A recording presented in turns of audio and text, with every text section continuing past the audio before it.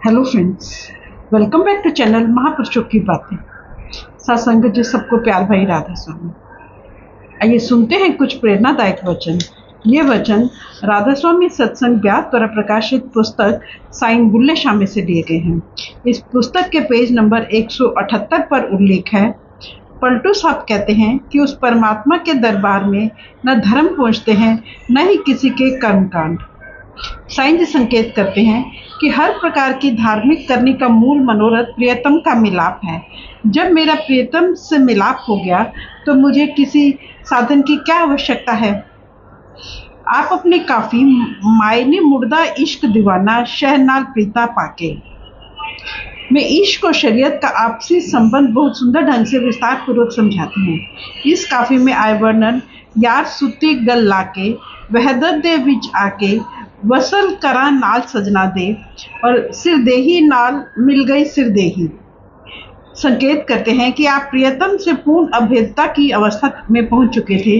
लड़कियां गुड़ियों और गुड्डों से उतनी देर खेलती हैं जब तक उनकी शादी नहीं हो जाती। विवाह के पश्चात गुड़ियों और या गुड्डों तो क्या सखियां सहेलियां और माता पिता भी भूल जाते हैं। आप कहते हैं कि लोग मुझे काफिर कहकर ताने देते हैं कि तेरे अंदर शैतान का निवास है।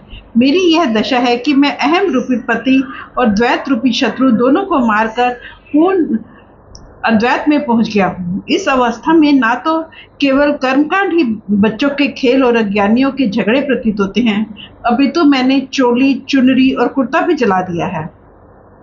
अर्थात मैंने संसार के हर प्रकार की लोक लाज और सूफियों की शरीयत का भी त्याग कर दिया है।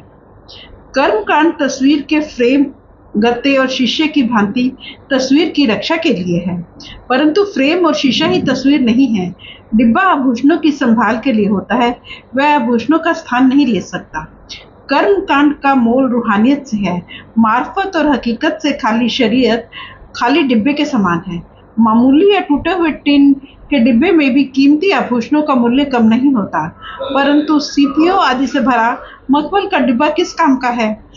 छिलका फल के गूदे और रस की रक्षा के लिए होता है, परंतु छिलका ही फल नहीं बन जाता है। इसी प्रकार कर्मकांड केवल उतना ही ठीक है जितना सत्य की प्राप्ति में सहायता देता है, परंतु कर्मकांड सत्य का विकल्प नहीं है। जहाँ परमात्मा और सद्गुरु का प्रेम कल में शब्द या नाम का प्रेम नहीं है, वह सुंदर से सुंदर और बारीक से बारीक कर्मकांड भी बेकार है। परंतु जहाँ हृदय की सफाई है, परमात्मा सद्गुरु और कलमे का प्यार है, वह कर्मकांड है तो मुबारक है, नहीं है तो हानि भी नहीं है। साईं बुल्ले शाह बड़े सुंदर ढंग से कहते हैं कि सत्य में पहुंच चुका साधक समाज और कर्मकांड के बंधनों से पूर्ण मुक्त हो जाता है। उसको जीवित अनुभव हो जाता है कि पार करने वाली वस्तु प्रभु सद्गुरु या शब्द का प्रेम है, कर्मकांड नहीं। सच्चे प्रेमी सत्य के मार्ग में रुकावट बनने वाली किसी बाधा को कैसे सहन कर सकते हैं। निष्कर्ष, यह साईं बुल्ले शाह की वाणी को दूसरे कई पूर्ण संतों, पीरों और फकीरों की वाणी से मिलाकर विचार करने का प्रयास किया गया है, क्योंकि सब कौमों, मजहबों, मुल्कों और वक्तों में हुए कामिल फकीर एक ही रूहानियत का प्रचार करते हैं। हजूर स्वामी जी महाराज फरमाते हैं, संत फकर बोली जुगल पद दो एक अखंड। अर्थात संतों और फकीरों की बोली अलग अलग है, परंतु वे वर्णन एक ही अनश्वर सत्य को करते हैं। आज के वैज्ञानिक युग में यह बात समझनी कठिन नहीं है कि जिस प्रकार एक वस्तु को अंग्रेजी, फ्रांसीसी, चीनी, रूसी, हिंदी और जर्मन आदि भाषाओं में अलग अलग नाम दिए जाते हैं, उसी प्रकार हिंदू, मुसलमान, ईसाई, पारसी, यहूदी, चीनी और यूनानी कामिल फकीरों ने एक ही रूहानी सत्य को अपनी अपनी भाषा में अनेक प्रकार से प्रकट करने का प्रयत्न किया है।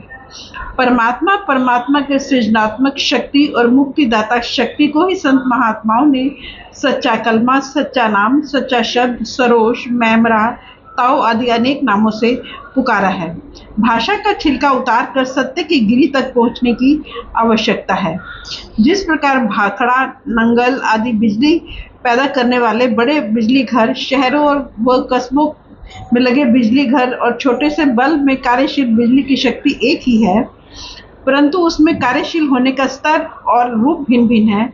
इसी प्रकार कर्ता पुरुष, सतगुरु और जीवात्मा तीनों में कार्यशील शक्ति एक है, परंतु उसके कार्यशील होने के स्तर और रूप भिन्न भिन्न है। जिस प्रकार समुद्र, लहर और कतरे का मूल एक है, उसी प्रकार परमात्मा, सद्गुरु और आत्मा का मूल एक है। इस एक मूल तत्व के कारण ही बूंद अर्थात आत्मा, लहर अर्थात सद्गुरु से मिलकर सागर अर्थात परमात्मा में समा सकते हैं। शहर में फैले हुए बिजली के अथाह जाल और घर में लगी बिजली से तभी लाभ उठा सकते हैं जब रेडियो, पंखे या बल्ब का तार बिजली घर से आ रहे तार से जुड़ा हो। इसी प्रकार प्रभु सृष्टि के कण कण और हर शरीर के अंदर समान रूप से उपस्थित है, परंतु उससे विशेष लाभ वह जीव ही प्राप्त कर सकते हैं जो अपनी लिव, सूरत, आत्मा या आत्मा के तार को शक्ति, ज्ञान और आनंद के अथाह भंडार उस परम पिता परमेश्वर से जोड़ लेते हैं। पूर्ण सद्गुरु अपने स्रोत से टूटी आत्मा, लिव या सूरत को दोबारा उससे जोड़ने वाला कुशल इंजीनियर है। रूहानी उन्नति आत्मा को अंदर कलमे, शब्द या नाम से जोड़ने से होती है, परंतु शब्द से लिव पूरे सद्गुरु की सहायता से जुड़ती है। गुरु रामदास जी कहते हैं कि संसार में कोई जीवात्मा माया के प्रभाव से अपने मूल से टूट चुकी है और जिस कारण वह आशा तृष्णा की कभी न शांत होने वाली आग में जल रही है। आप कहते हैं अपने मूल से टूटी लिव सद्गुरु की कृपा से दोबारा अंदर जुड़ जाए तो जीव माया में रहते हुए भी इसके प्रभाव से निर्लेप हो जाता है और परमात्मा से मिलकर सदा के लिए सुख प्राप्त कर लेता है। परमात्मा ने प्रत्येक जीव के अंदर शक्ति, ज्ञान और आनंद के अथाह भंडार रखे हैं, परंतु जीव अनाथों की भांति बाहर ठोकरे खा रहा है। हजूर महाराज चरण सिंह जी सत्संग में प्राय फरमाते हैं कि जिस मनुष्य के घर के अंदर करोड़ों रुपयों का खजाना दबा हो और वह सड़कों पर कौड़ियां मांगता फिरे तो उस भले मानुष को समझदार कौन कहेगा। भीखा साहब समझाते हैं कि आंतरिक दौलत प्राप्त करने की युक्ति से अनजान होने के कारण ही संसार में परेशान हो रहे हैं। भीखा भूखा को नहीं, सबकी गठड़ी लाल, गिरे खोल नहीं जानते, ताते भय कंगाल। कामिल फकीर या संत महात्मा इस गुप्त खजाने को प्राप्त करने का भेद समझाते हैं। वे मन और माया के बंधनों में फंसे जीवों को इन बंधनों से मुक्त होने की युक्ति सिखाते हैं ताकि वे जीते जी पूर्ण शक्ति, पूर्ण ज्ञान और पूर्ण आनंद के देश पहुंच जाए और दीन तथा दुनिया, लोक तथा परलोक दोनों संवार ले। दुख इस बात का है कि लोग उनकी बात समझने, मानने और उनके उपदेश पर अमल करने के लिए तैयार नहीं होते। साईं बुल्ले शाह अपनी काफी रैन गई लटके सब तारे में संकेत करते हैं कि संसार में इसकी असलियत को समझकर रहना चाहिए और संसार में आकर यहाँ आने के वास्तविक उद्देश्य को सदा आंखों के सामने रखना चाहिए। झूठी रचना की ओर से मुंह मोड़कर सच्ची वस्तु की प्राप्ति का प्रयत्न करना चाहिए, अन्यथा काल रूपी मृग खेत को अवश्य उजाड़ देगा। आप कहते हैं कि नाशवान संसार में से कभी स्थायी सुख देने वाली वस्तु नहीं मिल सकती। यहाँ आकर प्राप्त करने वाली वास्तविक वस्तु वह अमर अविनाशी परमेश्वर है। परमेश्वर रूपी मोती या पारस भी कहीं बाहर नहीं है। रूहानियत और आनंद का वह अथाह सागर जीव के अपने अंदर है। समुद्र के किनारे बैठा व्यक्ति प्यासा मरे तो ये उसकी अपनी नादानी है। रूहानियत के भंडार को प्राप्त करने का साधन कलमा, शब्द या नाम भी प्रत्येक मनुष्य के अपने अंदर है। किसी ब्रह्म ज्ञानी या हादी की सहायता से आंतरिक आँख खोलकर उस कलमे या नाम से लिव जोड़ने की आवश्यकता है। लद्दा नाम लियो संभारे। जिस मनुष्य को अंदर ही रूहानियत के वे अथाह भंडार मिल जाते हैं कि वह जन्मांतर के भिक्षुक के स्थान पर एक बड़ा शहंशाह बन जाता है। फ्रेंड्स, अपनी इस वीडियो को आज हम यही समाप्त करते हैं। अगली वीडियो में आगे बढ़ेंगे। Thank you.